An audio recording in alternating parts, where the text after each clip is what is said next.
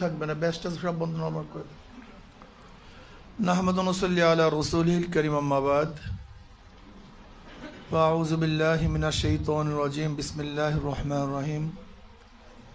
কুল হাযিহি সাবিলি আদউ ইলাল্লাহ। সাদাকাল্লাহুল আলিয়্যুল আযীম। ইসলামী যুব আন্দোলন বাংলাদেশ নারায়ণগঞ্জ জেলা শাখা কর্তৃক আয়োজিত কুতুবুল আলম মাওলানা সৈয়দ মোহাম্মদ ফজলুল করিম পীর সাহেব রহমতুল্লাহ আলাইহির রাজনৈতিক দর্শন শীর্ষক আলোচনা সভা।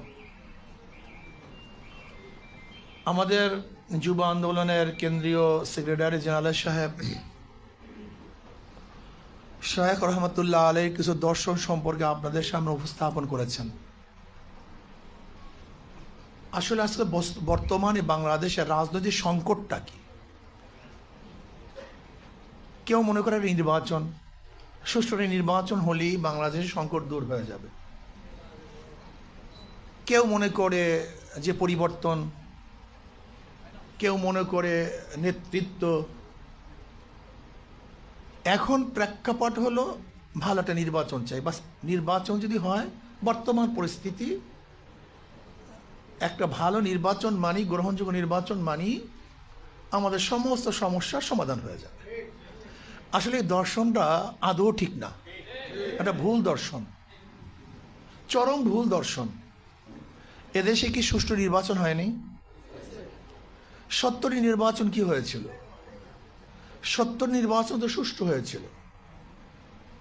পাকিস্তানের সরকারের আন্ডারে নির্বাচন হওয়ার পরেও সে নির্বাচন নিয়ে কিন্তু খুব প্রশ্ন তুলে নেই, এই যে নির্বাচন সুষ্ঠু হয় নাই, সুস্থ হয় নাই। এদেশে 81 নির্বাচন হয় নাই, 81তেও তো সুষ্ঠু নির্বাচন হয়েছিল, যে নির্বাচন নিয়ে কেউ প্রশ্ন তুলে নেই।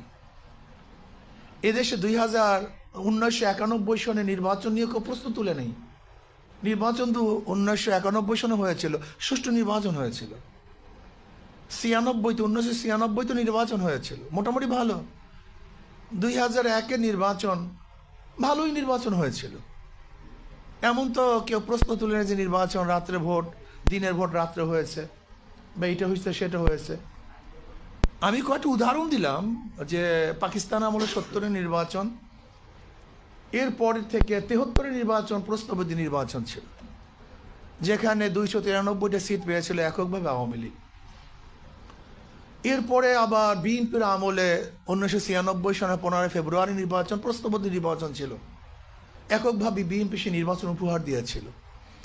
আমার কথা হলো এদেশে নির্বাচন হয়েছিল, সুষ্ঠু নির্বাচন হয়েছে, কিন্তু আপনি দেখেন প্রত্যেকটা সুষ্ঠু নির্বাচনের পরে যারা নির্বাচিত হয়েছিল তাদেরকে গণ আন্দোলনের মাধ্যমে তাদেরকে সিট থেকে, গদির থেকে নামাতে বাধ্য করেছে জনগণ প্রত্যেকটা নির্বাচনে।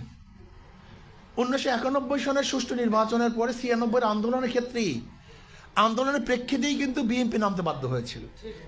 2001-এ সুষ্ঠু নির্বাচন হয়েছিল, আবার আন্দোলন সংগ্রাম আপনারা দেখেছেন, হরতাল ফরতাল হাবি জাবি। সেখানে মঈনুদ্দিন ফখরুদ্দিনের সরকার কেন এসেছিল? ওই 2001-এর সুষ্ঠু নির্বাচনে যারা নির্বাচিত হয়েছিল তাদেরকে গদির থেকে নামানোর জন্যই। এই জন্য দেখবেন পত্রিকা হেডলাইনে আসছে গণ আন্দোলনের ভিত্তিতে বিএনপি সরকারকে নামানো হয়েছে, এরকম হাজারো রিপোর্ট চলে আসছে। তার মানেটা কি? নির্বাচনই এদেশের মানুষের কল্যাণ এবং মুক্তির পথ না। দল পরিবর্তনের মাধ্যমেই যদি মানুষের শান্তি আসতো, এই দল গেলেই মনে হয় শান্তি পাবো, ওই দল আসলেই মানে শান্তি পাবো, তাহলে এদেশে কি দল পরিবর্তন হয়নি? একসময় মুসলিম লীগ ছিল, মুসলিম লীগের নেতৃত্বে এদের স্বাধীন হয়েছিল। আমরা স্বাধীন হয়েছিলাম, পাকিস্তান পেয়েছিলাম মুসলিম লীগের নেতৃত্বে। মুসলিম লীগ দেশ শাসন করেছিল, কিন্তু ভালো রেজাল্ট দেখাতে পারেনি। আওয়ামী লীগ শাসন করে নাই, ভালো রেজাল্ট করতে পারে। বিএনপি শাসন করে নাই, তাহলে আন্দোলন করলেন কেন? জাতীয় পার্টি শাসন করে নাই, তাহলে দলও শাসন করেছে, দলও শাসন করেছে, কিন্তু আমাদের ভাগ্যের পরিবর্তন হয়নি। আপনারা ভেবেছেন যে বহু নেতা পরিবর্তন, একজন নেতা পরিবর্তন হলেই মনে হয় আমরা শান্তি পাবো, এটাও ভুল। এদেশে আইয়ুব খানের শাসন দেখেছি, ভুট্টো সাহেবের, সেও তো একসময় শাসক ছিল। এদেশের শাসক ছিল জিন্না সাহেব, এদেশের শাসক ছিল শেখ সাহেব, এদেশের শাসক ছিল জিয়াউর রহমান সাহেব, সত্তার সাহেব, এরশাদ সাহেব, শেখ হাসিনা, খালেদা জিয়া। তা বারবার আন্দোলন করতেছেন কেন? আমরা শাসকের পরিবর্তন দেখেছি। আপনারা ভেবেছেন দল দেশ পরিবর্তন হলেই শান্তি পাবো?